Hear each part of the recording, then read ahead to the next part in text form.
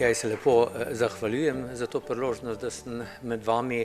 Dotaknili ste se ene teme, ki je pravzaprav za sodobnega nevroznanstvenika nepričakovano se pojavlja in je zelo zanimiva, ker postavlja vprašanje, ali vse tole, o čemer se danes pogovarjamo, ali se dejansko tudi tako fizično zapiše v možgane, in če se zapiše v možgane in se možgani morda spremenijo, ali potem to ostane zavedno, ali se da kaj narediti, se pravi čisto na enem takem, bom rekel, nevrološko-znanstvenem nivoju. Znanost, vse povsod, kamor znanost pride, je koristna. Mislim, da prenaša neke vrste umirjen diskurs, skuša, bom rekel, pregnati ali predsodke ali neke strahove. Zakaj? Zaradi tega, ker pravzaprav temelji na tem, da je pomembno vedeti, ne pa v nekaj verjeti, da je zelo pomembna previdnost, zlasti pri uvajanju novih stvari, da je zelo pomembna previdnost, vendar da ne kot posamezniki, ne kot družba ne smemo biti ohromeli od strahu pred novim. Izjemno pomembna pri vsem tem in vse bolj pomembna je etika in dobronamernost do človeka in do družbe in seveda pomembna je pot naprej. Ne vemo, kako bo človeštvo končalo in kje bo, vendar moramo na optimistični noti se zazreti naprej, ne pa biti romantično zazrt v minulo. Pred nekaj leti se je v tejle reviji Atlantic pojavil zanimiv članek, ki je pravzaprav veliko pozornost vzbudil po celem svetu, in sicer je trdil, da nas googlanje, da nas Google poneumlja. Zdaj, poneumlja je tak splošni izraz, ki ga v laični, ki ga v vsakdanjem, bom rekel, svetu in življenju vemo približno, kaj mislimo. Seveda en nevrolog ali pa nevroznanstvenik ali pa psiholog bo pa rekel, ampak kaj mislite pod poneumljanjem? No in raziskave zadnjih nekaj let skušajo na to vprašanje odgovoriti. In morda bo moj zadnji slajd en zbir tega, do česar je zdajle približno objektivna znanost o vplivu digitalnih medijev na možgane prišla. Svojo predstavitev sem zasnoval takole. Za razumevanje vpliva teh sodobnih medijev na možgane, na zgradbo in na delovanje možganov, je zelo pomembno razumeti, kako so se skozi milijone let naši možgani oblikovali, kaj morejo in kaj ne zmorejo. Zelo pomembno je se naučiti nekaj iz preteklosti in pogledali bomo nekaj postaj na poti razvoja človeštva, kjer smo se soočali kot družba z podobnimi dilemami, kjer je recimo tehnologija ponudila eno veliko novo rešitev in smo potem nihali med apokaliptičnimi in pretirano optimističnimi scenariji. Videli bomo, da je za razumevanje tega vpliva izjemno pomembno poznati tudi možgane otroka. Ti možgani niso zgolj pomanjšana oblika možganov odraslega in so posebej v prvih 2 desetletjih posebej ranljivi. Na to bomo se dotaknili enega strašno optimističnega sporočila nevroznanosti zadnjih nekaj let.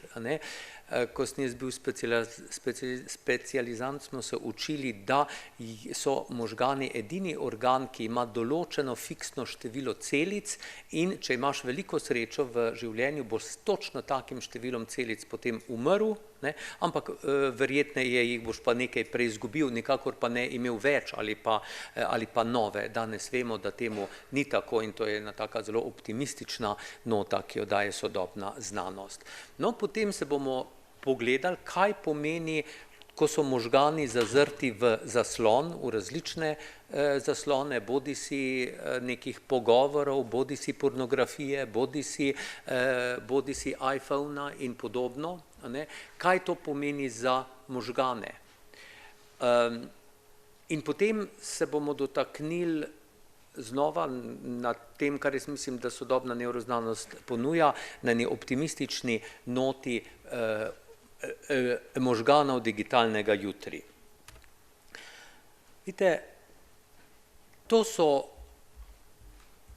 sestavni deli možganov. Možgani so sestavljeni iz celic in vse celice vseh bitij, ki imajo možgane, so približno taki. Mi iz tegale slajda ne moremo reči, ali so to možgani črva, ali so to možgani Einsteina. Vemo sicer, da črv ima približno 308 takih celic, mi jih imamo približno 80 milijard. Še pred 3 leti smo rekli 100 milijard, da so nas pa popravili, šteli so jih za eno zelo zanimivo metodo, so jih dejansko prešteli in jih imamo približno nekaj manj, kot smo ponosno upali, imamo jih pa vseeno veliko 80 milijard, ampak vsaka od teh celic, od 80 milijard celic, ima približno 10 000 povezav. To je veliko več, kot je vseh zrncev peska na vseh plažah tega planeta. Se pravi, možgani nekje v zgodovini življenja nastanejo in potem se razvijajo, postanejo vse bolj kompleksni. In mi imamo pravzaprav v svoji glavi 3 slojev možganov. Najprej približno tale, tukajle dol, kjer so zelo osnovne funkcije, dihanje, razmnoževanje, hranjenje in podobno, ki ga imajo tudi plazivci, zaradi tega tale del možganov imenujemo plazivski del. Ta ni nikoli v nevarnosti, da bi ga digitalna tehnologija karkoli pokvarila. Potem se pa nekako 300 milijonov let, ko se pojavijo sicer med prevladujočimi dinozavri prvi sesalci, mali sesalci pod zemljo živijo, ker se tako bojijo in po noči pridejo na dno. Se pa pojavi približno tale krog, ki ga tamle vidite približno zeleno, in za tem krogom pride eno lepo darilo, ki nam ga evolucija da iz še vedno neznanega razloga, vendar zelo cenimo to darilo. Preprosto je 2 daril, eno darilo je spomin, se pravi začenjamo se spominjati prvič v življenju tega planeta, se neko bitje spominja, kaj je bilo včeraj, ne zato, ker je bilo tisto tako luštno, ampak zato, da bo lahko svoje obnašanje jutri prilagodilo temu. Se pravi, spomin je in potem čustvo je, da imam nekaj rad. In tukaj pa zdaj že vidimo prve zasnove tistega dela možganov, kjer pa bodo digitalni mediji lahko že vplivali. Namreč ta del, ta zeleni del tukajle, ima en poddel, en svoj manjši del, ki je strašno povezan z občutkom nagrade in zadovoljstva. Zakaj je to pomembno? To je pomembno, a veste, hrana sama po sebi, seks sam po sebi, pijača sama po sebi, pravzaprav se ne bi kaj veliko za njo borili, za te stvari borili, če nam ne bi vzbujali zadovoljstvo. Se pravi, da je narava morala nekako narediti nek stroj, nek mehanizem, ki če nekaj dobrega pojemo, če se imamo radi, če nekaj dobrega popijemo ali kaj takega, da možgani to čutijo kot nagrado. In obstaja del možganov, pokazal vam ga bom, tukaj je ena taka mala pot, ki je zasičena z eno snovjo, ki se reče dopamin. In kadarkoli, vendar bistvo te poti tukaj, te nagradne poti nagrade, ni v tem, da jaz uživam nagrado. Ne, narava je to naredila na en zanimiv način. Naredila je to tako, da se veselim, da bom dobil nagrado in se borim, da bom dobil nagrado. Ko pa potem uživam to nagrado, recimo čokolado 70% kakavom, potem pa se drugi nevrotransmiteri, pa ni več pomemben dopamin, ampak je nekaj drugega. Ampak vidite, narava želi, da se borimo in na nek način ojača to naše iskanje dobrega, kar čutimo kot nekaj ugodnega za nas. Vidite, te stvari so globoko v možganih imenujejo se limbični sistem. Zakaj limbus pomeni kot nek krog, kot nek rob, limbus, in tukaj noter so shranjena naša čustva. In del tega limbičnega sistema, vidite tisto rdeče, je pa ta sistem za nagrajevanje.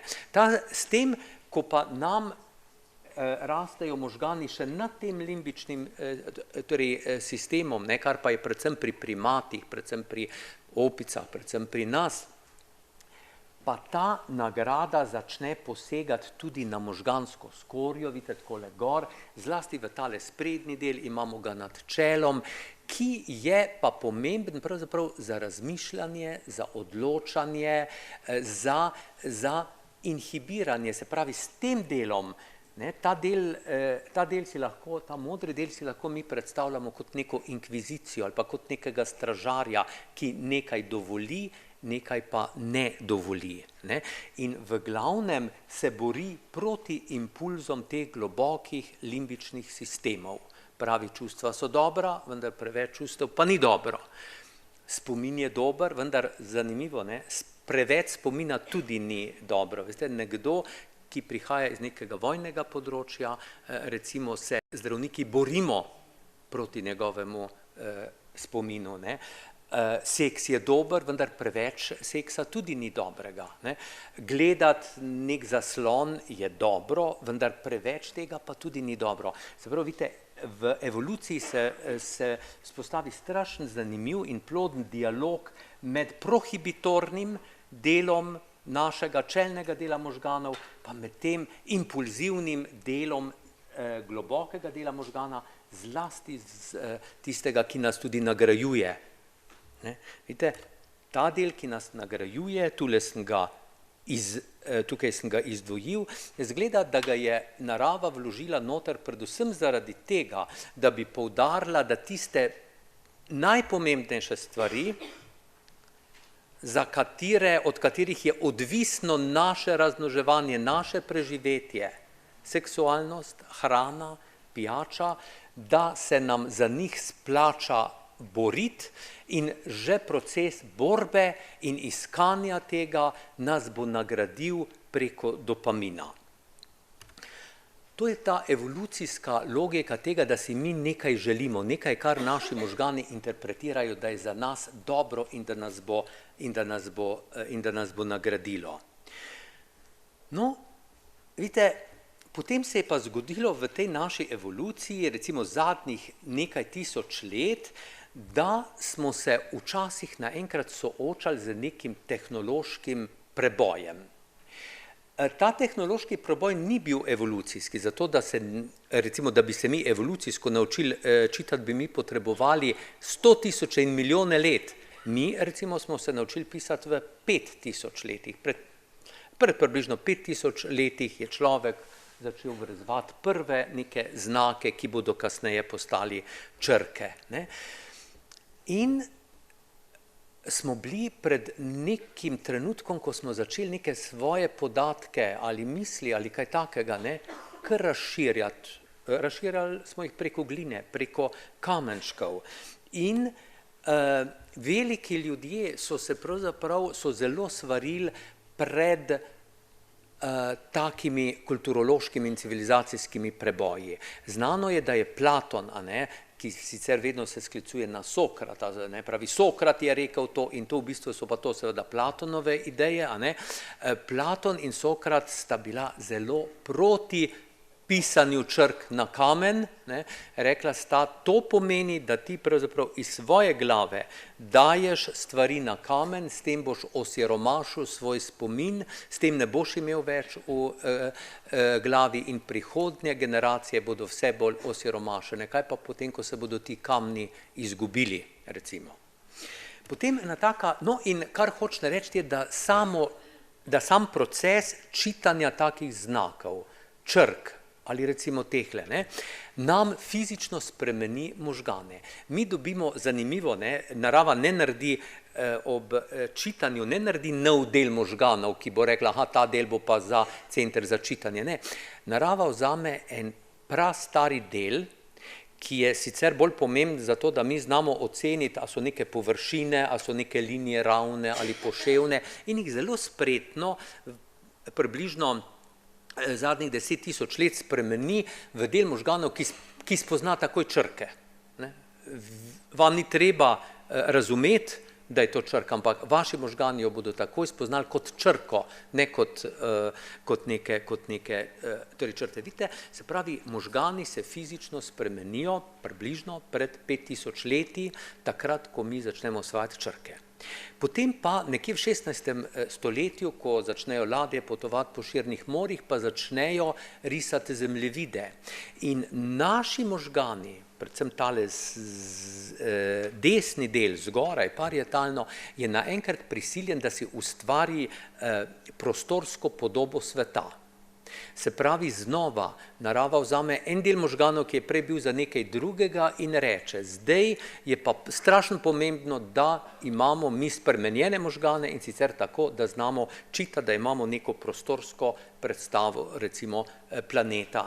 In od takrat naprej mi znamo čitati zemljevide. Seveda, ena izmed najbolj znanih teh revolucij je bila v 16. stoletju izum tiska, Gutenberg. Zanimivo je, da je Gutenberg, takrat sama njegova ideja, naletel na strašno veliko nasprotovanje. Eno izmed močnejših argumentov proti Gutenbergovemu tiskanju je bilo, da se bodo zdaj dosti posvečene ideje, ki jih zaslužijo samo modri ljudje, da jih poznajo, ne pa neki neuki kmetje, ki s tem ne bodo vedeli, kaj delati. Zdaj se to znanje kar naenkrat prenaša na čist vse ljudi. Modre, ne modre, posvečene, neposvečene, iz tega stanu, iz onega, in to bo zanesljivo naredilo apokalipso, eno tragedijo na svetu. Na takem majcenem nivoju smo se tudi Slovenci soočali, torej sem pred kratkim si prečital eno tako malo knjižico Tiri in ne vem, kako se imenuje, kjer je zgodovina južne železnice. No in tam je eno poglavje, kjer tako lepo opisuje, vidite, to je železniška postaja v Ljubljani, ko smo dobili železnico, no in kaj vse so ljudje pisali v Blajvajsove ljubljanske novice takrat. A ne, recimo, možganska obolenja ljudi in jalovost živali zaradi hrupa in puha tega hudičevega izuma. Čolnarstvo se bo na Savi posušilo, na stotine ladjarjev bo obkruh, saj bo odslej ves tovor vlačila iz kraja v kraj ta Hudimanova železna kača, Bog je nas reši, in kmetje bodo obubožali, ker ne bodo več z voljmi vlačili ladij od postaje do postaje. V temi sredi belega dne, to je v predorih, razborite moške napadejo grešne misli, da začno siliti v svoje sopotnice, da jih nekateri kar objemajo in poljubljajo. Ta potovanja s parno lokomotivo spodkopavajo svet, ki dejansko obstoji samo še iz železniških postaja. Pa nekdo, posebej pretresljivo, bil sem priča, kako je takšna iskra priletela na svileni plašč neke dame in na njem naredila kot srebrni goldinar veliko luknjo. Vidite, skozi kakšne tragedije smo Slovenci šli v svoji zgodovini in vendarle za čuda preživeli, kljub tem iskram. Ampak poglejte, zdaj si pa poglejmo možgane prvih 2 desetletij. Najprej vam moram povedati, da znova se bomo vrnili na ta del, na to dihotomijo, na ta dialog med globokim delom možganov, čustvenim, impulzivnim, ki hoče takoj in zdaj, pa tistim, ki pravzaprav inhibira, ki pravi počakaj, premisli. Mi vemo, da ta globoki del, ki je evolucijsko tako zelo star, se pri otroku že zelo zgodaj močno ojači. Veste, otroka seveda je že ob samem, že nekaj dni po rojstvu, ga je strah, recimo, ko bo mamica šla, veste, kako joka in išče in tako naprej. Vse to je tukaj le dola, hoče jesti zdaj in takoj. No, kar 20 let traja, da tale del možganov, ki pa nas inhibira, ki nas usmirja, ki nam daje neke razumske premisleke, da ta dozori. Zdaj, In v ta nezreli del seveda prihajajo impulzi tudi tistega nagrajevalnega sistema, ki pravi, poglej, če pa pojem to čokolado, moram se boriti za to čokolado, moram se boriti, ko so malo starejši, za seksualnost, ne, moram se boriti za to, da bom Coca-Colo, moram se boriti za to, da mi bo mama računalnik kupila in tako naprej. In to so močni impulzi, predvsem jih pa zelo karikira. Veste, tale del, ko nam tale sprednji del dozori, potem smo mi pravzaprav zadovoljni tudi sami sabo s takimi, kot smo. Ni se nam treba pretirano dokazovati, če mi v sebi vemo, da smo dobri, da smo taki, ne, da smo sposobni, medtem ko v času, ko tale del še ni dozorjen, se moram jaz neprestano dokazovati, in to ne staršem, ampak dokazovati se moram svojim vrstnikom. No in tako prihaja, vidite, v tem obdobju adolescence do tega zanimivega, pa pravzaprav zelo pomembnega obdobja, ko je tole dozorelo, impulzi so dozoreli, to ni dozorelo in ko je pravzaprav sam proces odločitve lahko za otroka zelo nevaren, zelo zgrešen. Ne, in kjer potem prihajate vzgojitelji, ne, spet ne smete, kot smo lepo prej slišali, ne pretirano avtoritarno, ne avtoritativno, ne tako, ampak z nekimi prijemi, ne, ki jih vi najbolje poznate, pravzaprav nekako prebroditi to obdobje do 20. leta.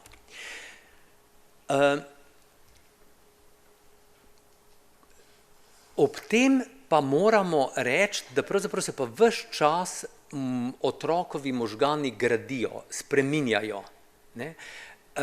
In da to spreminjanje in grajenje mi imenujemo nevroplastičnost. Zelo, zelo izrazito je v prvih 2 desetletjih.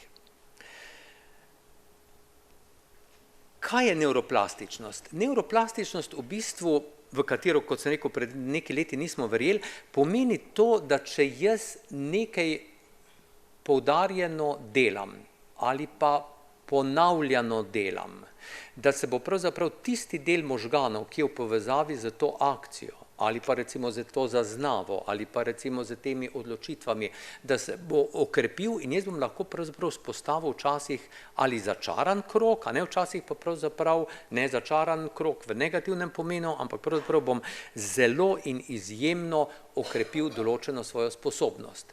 Mozart ni bil genij. Mozart, če štejete njegove ure, koliko je on moral vaditi od takrat, ko je bil takole majhen, do njegove tragične smrti, to je bilo ogromno ur. Večina, verjetno tukaj, tisti, ki imate, seveda moraš pa imeti genetsko smisel za glasbo, če bi toliko trenirala kot on, bi se mu približala. No, se pravi, ne smemo pozabiti, da mi govorimo zdaj o teh dinamičnih možganih, ki se spreminjajo v dobrem in v slabem.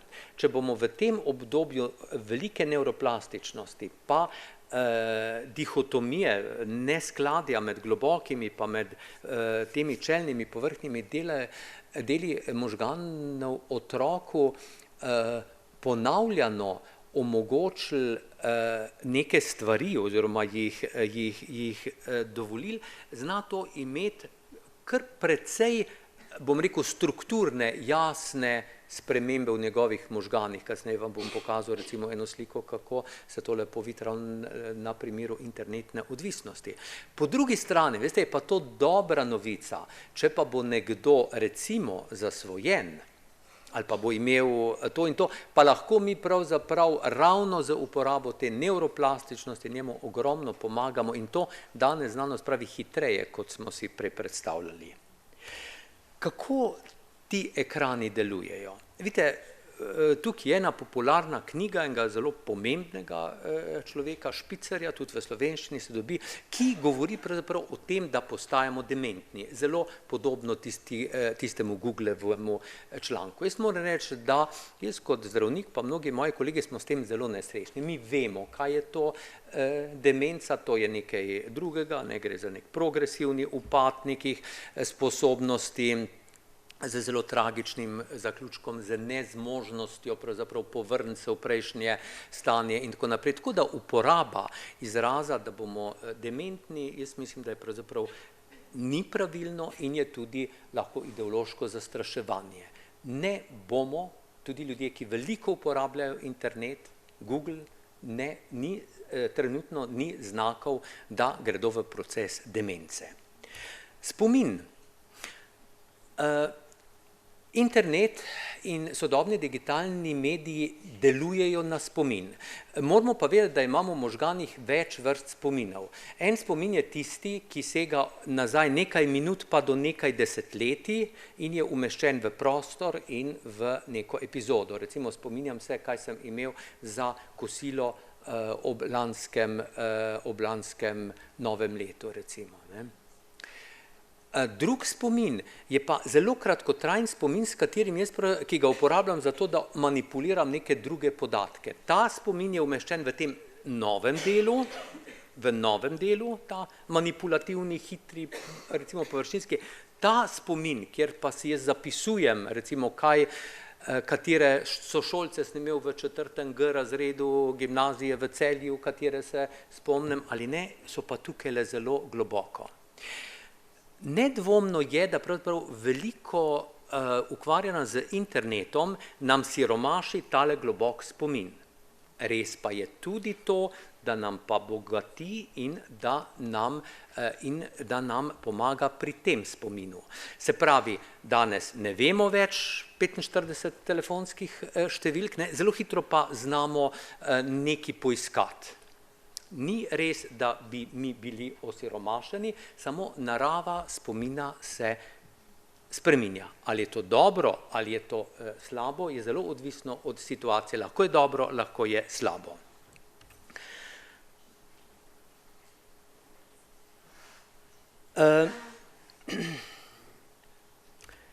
Seveda, vsi otroci, jaz ne, pa morda mnogi tudi tule ne bi vedeli, ne vem, polovice tega, karkoli pomeni, ampak otroci, ta mlada generacija ponavadi ve vse tele ikone, ne.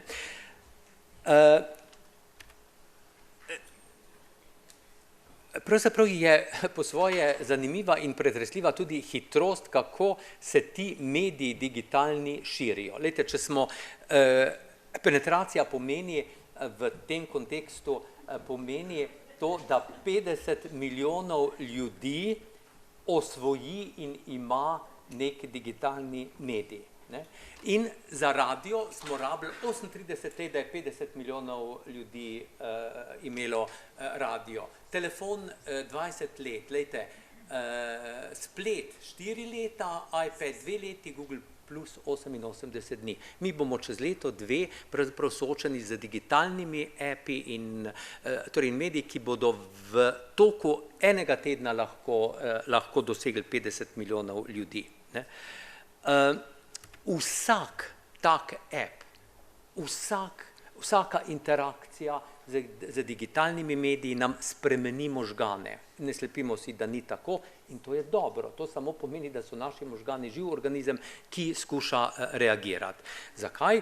Ker jih moramo uporabljati, ne, recimo znana je zgodba Einsteinovih možganov, ker ena izmed stvari zanimivih, ki so jih našli na Einsteinovem, je ena bunkica v tistem delu možganov, ki je za levo roko, in potem to nekako niso znali povezati, Einstein je vseeno so bolj višje stvari, ne ravno bunke za levo roko, ampak kaj so ugotovili? Ugotovili so, da je on igral violino, da je on čudovito igral violino, ne, in da je to verjetno v povezavi z tem, ne. Za londonske taksiste je zelo znano, da imajo zelo okrepljen tale del možganov, kjer je vložen tisti spomin, ne. Ne vozijo nekaj tednov in potem se jim fizično zmanjša tale del možganov. Vidite, znova, nevroplastičnost, ki je lahko stvar nekaj tednov, ne. Se pravi, jaz mislim, da ne smemo sprejeti izraza digitalna demenca in da je nepotrebno strašenje, a ne. Pardon.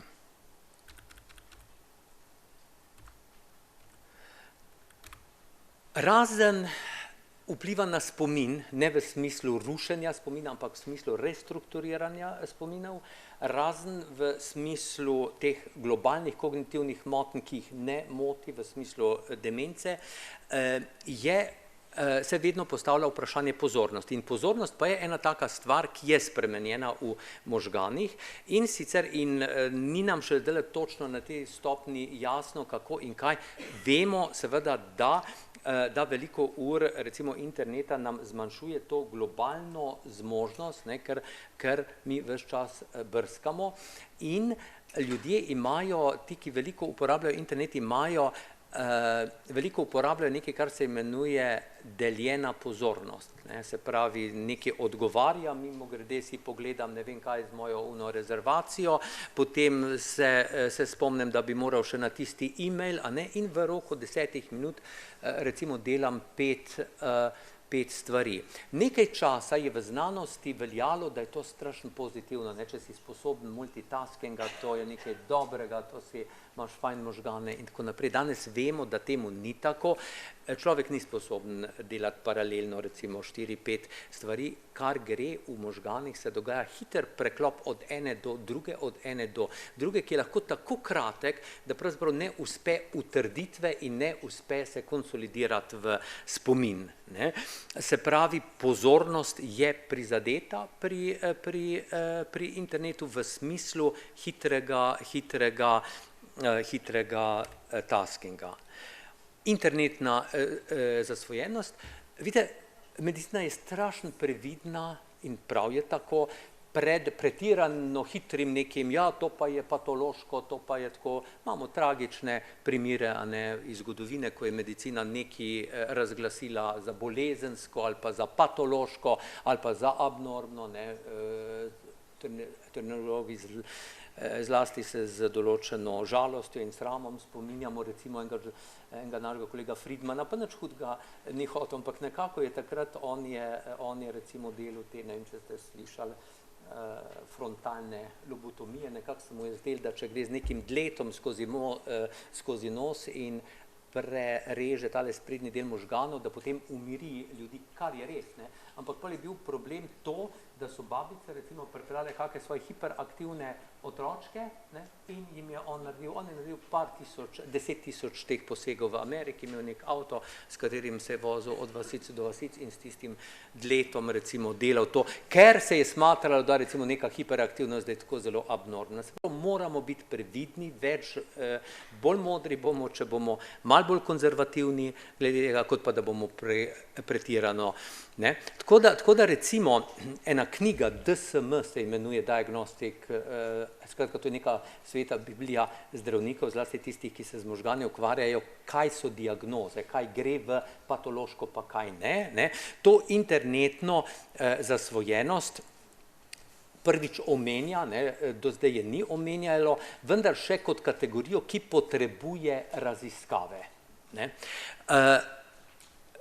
Se je pa nabralo kar dovolj podatkov, da danes vemo, recimo, da nekdo, ki je zasvojen, ima fizično spremenjene možgane v tem smislu, da ima manj bele substance, zlasti v predelih, ki so pomembni, no pa niti ne bom, skratka, v veliko predelih možganov se belina, možganska belina krči.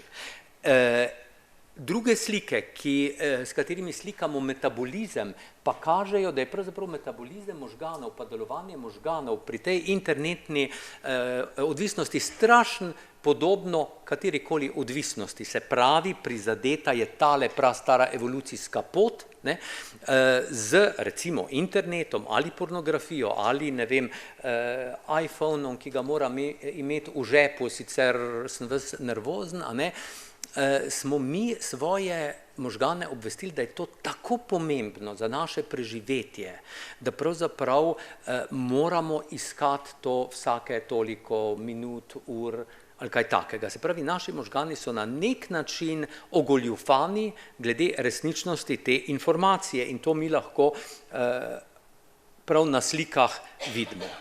In kot sem rekel, vse se pa vrti predvsem okrog te evolucijske poti, da je to vredno, da bom za to nagrajen.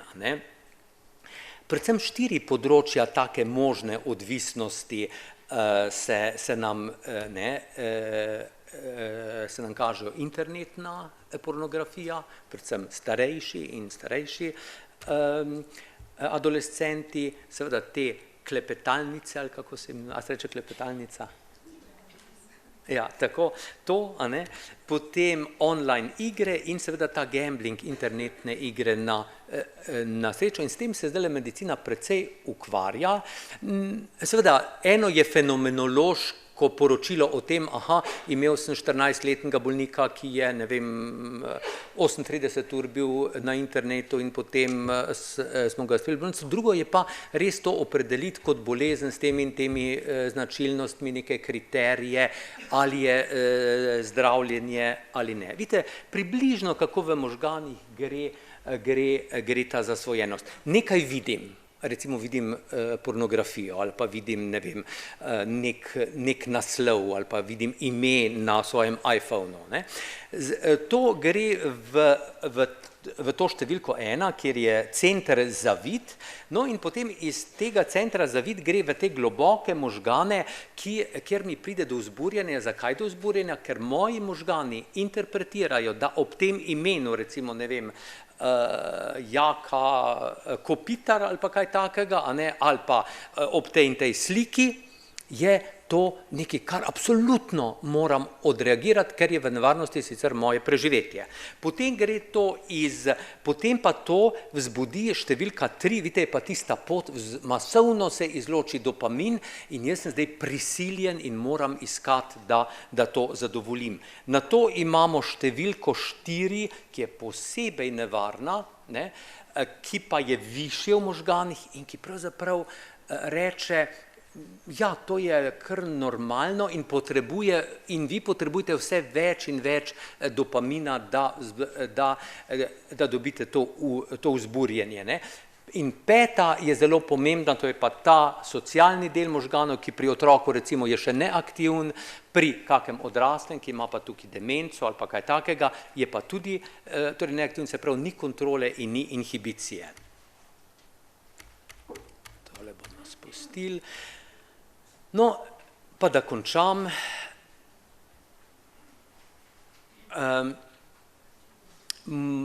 Za možgani digitalnega jutri. Jaz osebno moram reči, seveda, da čeprav prihajam iz tiste generacije, ki ni poznala interneta, jaz se spominjam, ko je internet prišel, iz generacije, ki je, čitala Dostojevskega, pa veliko edicijo, recimo Don Kihota, čitala skodelico kave in tako naprej se na pamet učila. Jaz moram reči, da seveda je internet dal eno čudovito možnost ljudem.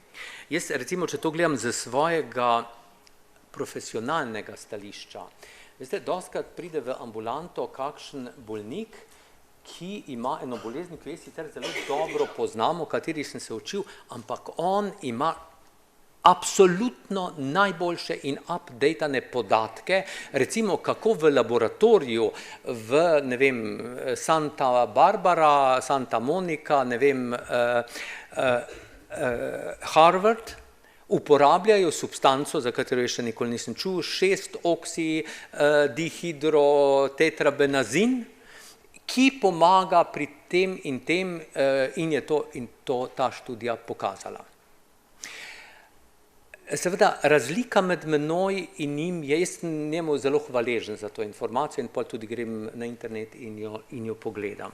Ampak seveda to, da sem recimo jaz študiral 6 let splošne medicine, pa pol 6 let specializiral, pa potem veliko let delu. Meni daje en tak globalni pogled, da jaz vidim tudi relevantnost te informacije. In dostikrat se pokaže, da ta informacija je relevantna, vendar za miške do 6. meseca, recimo, ali pa in da še dolgo ne bo. In jaz verjamem, pravzaprav, da z neko našo modro, ne da nas bo strah, ne da bomo paniko zagnali, da bomo očuvali to, kar je dobro, ne, se zavedali tega, kar je slabo, ne, da pravzaprav lahko mi kot družba najlepše od obeh svetov dobimo. Še vedno bomo ljudje, ki bomo vzeli Ano Karenino, odšli na vikend, ne vem, nekam gor v gore ali na mediteransko obalo, cel dolg vikend čitali to Ano Karenino, ne, imeli offline, ali pa tudi, če bomo kaj pogledali, ne, verjetno ne bomo, ampak bomo zmožni Ano Karenino prečitati, obenem pa v tistem momentu, ko bomo pa rabili, ne, če pa k meni zdajle pride torej bolnik, ki ima neko zelo nenavadno kombinacijo simptomov ali pa odgovora, za katerega jaz še nikoli nisem videl, a veste, je pa samo stvar 5 minut, da jaz vidim, kaj o tem misli zdravnik v Rochesteru, kaj zdravnik v Moskvi, kako je nekdo v Johannesburgu pa videl 5 takih bolnikov in jih zelo uspešno. To je neko čudovito bogatstvo, ki jaz moram reči, da bi bil žalosten, če bi mi ga nekdo v imenu, recimo, enega strahu, ja, bomo pa se pogubili, a ne, oduzel. Če zaključim kot zadnji slajd, ali digitalni mediji vplivajo na možgane? Da, kot vse vpliva na možgane, ne. Ali je res to, da smo obkroženi z preveč dražljajev, ko smo izpostavljeni digitalnim medijem? Zdi se, da ne, da je ta odgovor ne, ni še čist, torej dokončno. Zakaj? Ker naši možgani pravzaprav imajo zelo uspešne, že naše oči, že naša ušesa, že naši receptorji, pa tudi možgani imajo zelo uspešne mehanizme, da tudi, če je veliko tega, veste, mi procesiramo samo toliko in torej toliko. Naprimer, mi ne moramo delati multitaskinga, tudi če si ga želimo, ker naši možgani niso tako narejeni, ne. Ali lahko postanem dementen? Ne. Ali imam spremenjeno pozornost? Da. Ali imam spremenjen spomin? Da. Imam ga prestrukturiranega. Ali lahko postanem od tega odvisen? Da. A imam po drugi strani pa novo priložnost, čisto novo dveh svetov? Da. In ne bi si jo rad pustil odvzeti. Hvala vam.